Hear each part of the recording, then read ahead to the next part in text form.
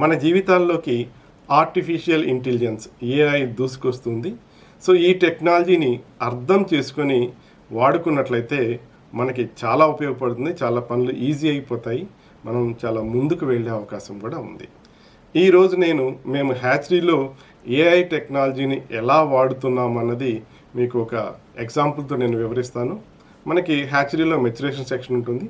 Maturation సెక్షన్లో males females ట్యాంకులో సపరేట్గా maintain చేస్తూ ఉంటాం. వీటిలో సంఖ్య అంటే నెంబర్ ఎంత ఉంది అనేది చాలా ఇంపార్టెంట్. 3 ఫ్యాక్టర్స్. ఒకటి, సంఖ్యను బట్టి ఫీడింగ్ ఇస్తాము, ఆ తర్వాత డిమాండ్ని బట్టి ఫీడింగ్ అడ్జస్ట్ చేస్తాము.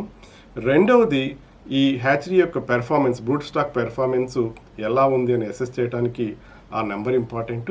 మూడవది, రెగ్యులేటరీ అథారిటీస్ అంటే కోస్టల్ అక్వాకల్చర్ అథారిటీ కానీ వీళ్ళందరికీ కూడా మనం రికార్డు మెయింటైన్ చేయవలసి ఉంటుంది. ఆ రికార్డులో కూడా ఎన్ని నెంబర్ బ్రూట్ స్టాక్ ఉన్నదన్నది చాలా ఇంపార్టెంట్, మెన్షన్ చేయాలి.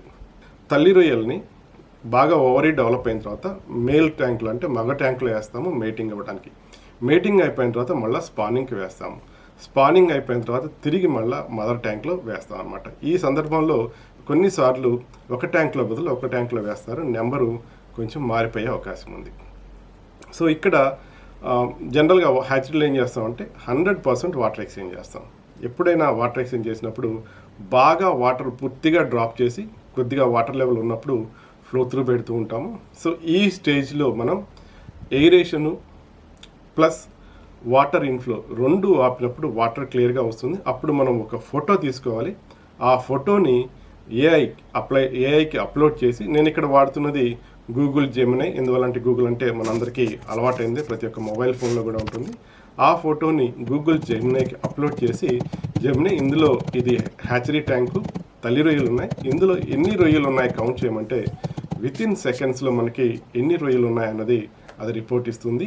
సో మాన్యువల్గా మనం కౌంట్ చేయాలంటే అవి కదులుతూ ఉంటాయి. సో కౌంట్ యాక్యురేట్గా మాన్యువల్గా చేయడం అన్నది చాలా చాలా కష్టం. కానీ ఏఐ వాడటం వల్ల చూసారా ఎంత ఈజీ అయిపోయిందో. మీరు కూడా ఇలా ఏఐ ఎక్కడెక్కడ వాడవచ్చు అని ఆలోచించి మీ ఆలోచనల్ని మాతో షేర్ చేయండి. మీకు ఏదైనా ఫర్దర్ ఇన్ఫర్మేషన్ కావాలంటే మా నోవాకెమ్ టీమ్ని కాంటాక్ట్ చేయండి. All the best.